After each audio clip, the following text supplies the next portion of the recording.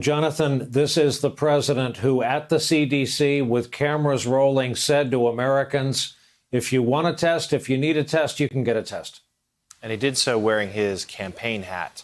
There's been such a scattershot approach from this White House so far, to the frustration of some of the people around the president. For a few days there, it seemed as if the vice president and Dr. Fauci were sort of more or less talking with one voice, trying to present facts, information, guidelines to the American public, while the president himself would seemingly be in dealing with a different crisis altogether in his tweets and in public comments that seems so detached from reality. That changed a little bit today, although, again, we'll see if it lasts. I wouldn't bank on it. But there's certainly seemingly a new understanding of how dire things are right now and how it's only going to get worse. We heard the president today. I mean, he agreed with the idea there could be a recession, which, of course, is a toxic concept for any incumbent heading into a re-election year, which he, of course, is.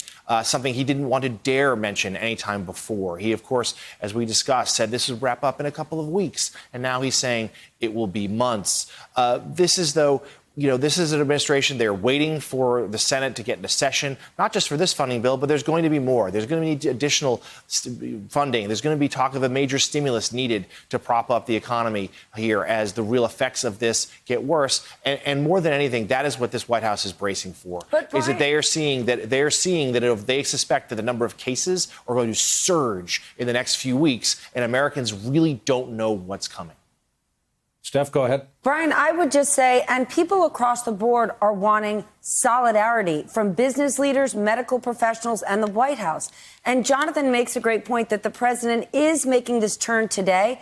But it was earlier this morning, his economic advisor, Larry Kudlow, reiterated that this is a good time to buy stocks if you're a long-term investor. I can tell you, some of the biggest investors in the world right now do not care whether or not it's a good time to buy stocks. They see this as the massive health crisis that it is. And it is not just Larry Kudlow. Yesterday, Treasury Secretary Steve Mnuchin said he doesn't see a recession coming.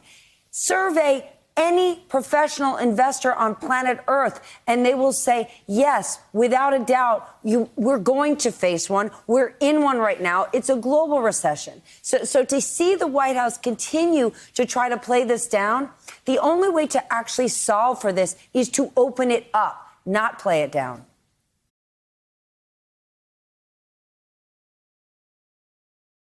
Hey there, I'm Chris Hayes from MSNBC. Thanks for watching MSNBC on YouTube. If you want to keep up to date with the videos we're putting out, you can click subscribe just below me or click over on this list to see lots of other great videos.